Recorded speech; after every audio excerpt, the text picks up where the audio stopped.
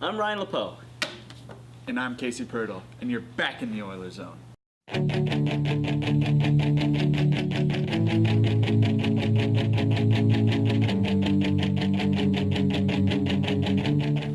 First off, let's talk about golf. Golf, they've had a struggle. You know, they did have a third place finish. It's pretty good. They've had 2 last place finishes since then, having a little bit of a struggle as they're moving towards the middle of the season. They'll also be playing the 29th at St. John's. And that'll be interesting because it appears that Jack Pilkington, their #1 kid, was actually gone for these last 2 or the most recent games where they finished last, and I think that that'll be a crucial part since he is their leading player. And we'll move into track right now. Track leaves Friday the 24th, and they're going to be in Kalamazoo. They leave at 6 in the morning because pole vault starts at 8. Oh, okay. And no other event starts until 9 or 10, which, you know, they kind of have to get there for that. Pole vaulters, Kelsey Wood, Jack Flemming, shout out to you. Now we can move into girls tennis. From what we know, they took second at the Lakewood Invite recently, a couple weeks ago, and I've heard good things about what they're doing this season. You know, as on our stat sheet, you know, you don't see any last places, don't see any third places. All we see right now is the second place. They're doing good. Very solid, especially because they had an incident, which is what happened to boys tennis, is where all of the players that played the last year are gone. Ooh. So they had to start absolutely fresh. Brand new. Definitely creates some trouble. Boys tennis, struggling. Girls tennis. Struggling. But they're fine now. Baseball, they'll be home the 30th versus Bay City Western, and they'll be back for both JV and varsity will be playing at home. You can come check them out, support your Oiler baseball players, and wish them good luck. Playing off of baseball, Ryan. It's spring. You know what that means? It means softball. Shorts, knee pads, and dingers. That's all that's there.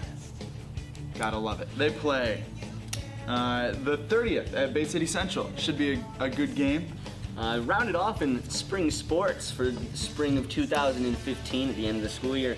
Girls soccer will be playing on the 27th at home versus Bay City Western at 5 o'clock.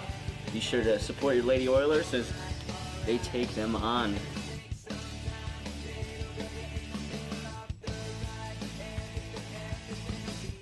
For all you Oilers out there, you know, experiencing hobby sports. You know, some people like slow pitch, some people like recreational golf.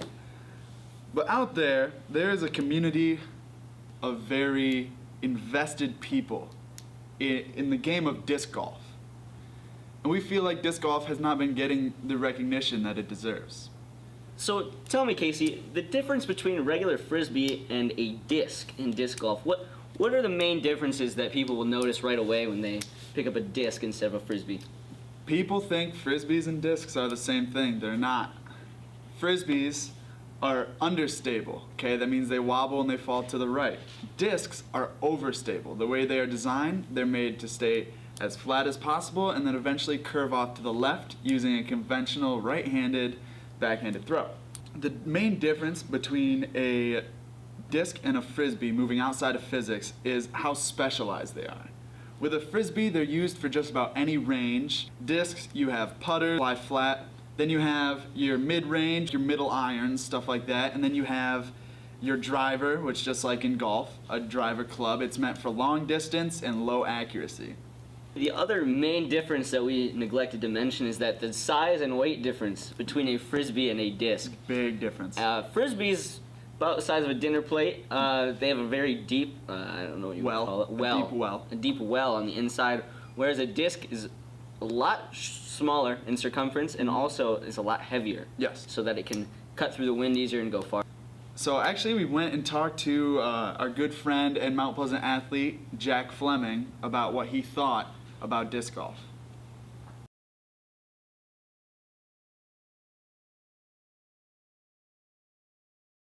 I've been disc golfing for probably 4 years now. I had a few buddies at my church that were in college that were really into it, and that's just the thing to do when you're in college. You have no money, you have no video games, and hey, you have $15 that like you can just drop on something. but it can't be more than $15. I got into that with my buddies. First time I went was in a big group, which, knowing now, going in big groups disc golfing is never a good thing. Like, you probably want 4 to 5 at max. Any more than that and you're either waiting for like the whole group to throw and then it takes forever, and groups are passing you. So I guess I kept on doing it though because I really did enjoy it. I don't know, just the way throwing a disc, the way it releases from my hand, it's energizing really. It's like I'm given a second life right there. Like I get the Mario green mushroom. Just gives me that chance to really let it all out. I'd say to the untrained thrower, it is harder because you don't know that when you throw a disc for disc golfing, it's gonna curve really hard one way or another.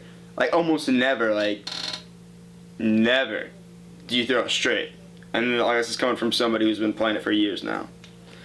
So for beginners, throwing a frisbee is going to be easier because frisbees are made to even themselves out in midair. That's what they're made to do for ultimate and just playing catch.